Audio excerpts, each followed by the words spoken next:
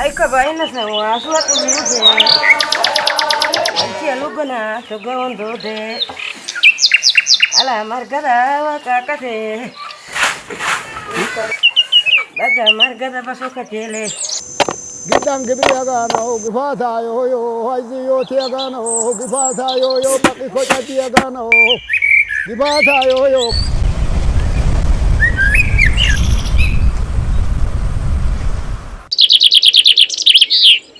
የራሱ የሆነ የዘመን አቆጣጠር ያለው ከአሮጌው ዓመት ወደ አዲሱ ዓመት የሚሸጋገርበት ልዩ የጊዜ ቀመርን የታደለ ብሔር ነው የወላይታ ብሔር። የወላይታ ብሔር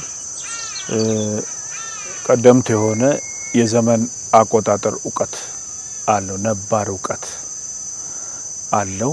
በዚህ የዘመን አቆጣጠር ዕውቀት መሰረት የፀሐይና የጨረቃን ዑደት ተከትሎ ወቅቶችን ይለያል። እነኚህም ወቅቶች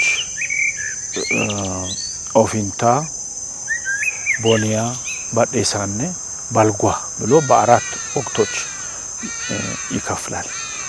ከዛ በኋላ ያው የጨረቃን ጤሯን ጎባና ብሎ ይቆጥራል። በዋናነት የወላይታ ዘመን አቆጣጠር ከዓለም አቀፍ የዘመን አቆጣጠር ዕውቀት አንፃር ከፊል ጨረቃና ከፊል ፀሐይ ወይ ሉኒዮ ሶላር ብሎ የሚጠሩትን የዘመን አቆጣጠር ጥበብ ነው የሚከተለው።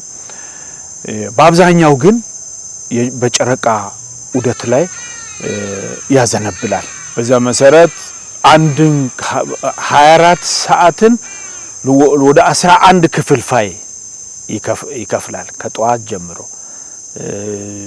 ጃቡጆሪያ ጧት ይላል። ከዛ ጉራ ይላል። ከዛ ፖኦ ይላል።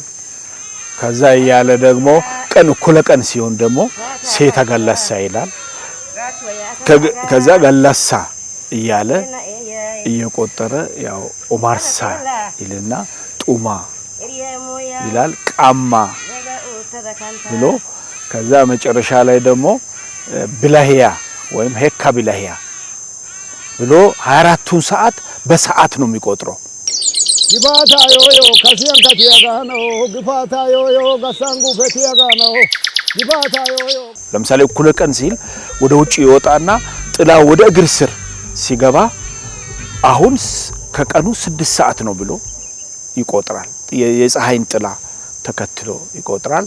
ከዛ ውጪ ግን ያው የጨረቃን መውጣት እና ያው መጥፋትን ወይም ጨረቃ ጤሯ ይላል ስትወጣ፣ ከዛ በኋላ ጎባና ይላል። እነኚህን ጨረቃ ማትታይባቸውን ወደ 16 ቀናት ያህል አትታይም። ወደ 14 ቀናት ያህል ደግሞ ጨረቃ በሰማይ ላይ የጨረቃን እንቅስቃሴ ወይም ሂደትን ያያል። በዛ ይከፍልና ሙሉ 30 ቀን ሲሆን ያው 1 ወር ይላል። ከዛ 2 ወር፣ 1 ወር ሲባል ለምልክት ረጅም ወፍራም ገመድ ይቋጥራል።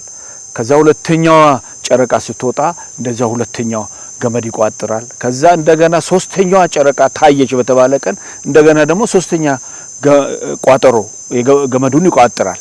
እንደዛ ያለ 12 ቦታ ነው የሚቆጥረው። ስለዚህ ወላይታ ላይ የወላይታ ሕዝብ ከቀደምት ነባር ዕውቀቱ ተጠቅሞ የሚያደርገው የዘመን አቆጣጠር 12 ወራትን የያዘ ነው።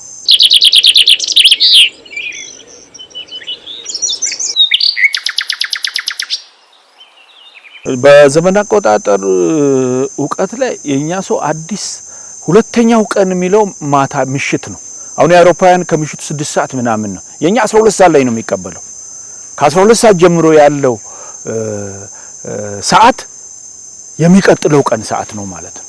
ልክ አውሮፓውያን ልክ 6 ሰዓት ላይ ነው። ከ6 ሰዓት በኋላ ያለው ቀን የሚቀጥለው ቀን አድርጎ ነው የሚቆጥሩት። ከዛ ይመጣና ደግሞ ሌሊት 6 ሰዓት ላይ ነው። የኛ ግን የወላይታዎች ጊዜ አቆጣጠር ግን 12 ሰዓት ላይ ማታ 12 ሰዓት አካባቢ ነው የሚያበቃው። ከዛ 12 ሰዓት ጀምሮ ያለው ቀን ሰዓት የነገ ሰዓት ነው እየቆጠርን ያለ ነው ማለት ነው።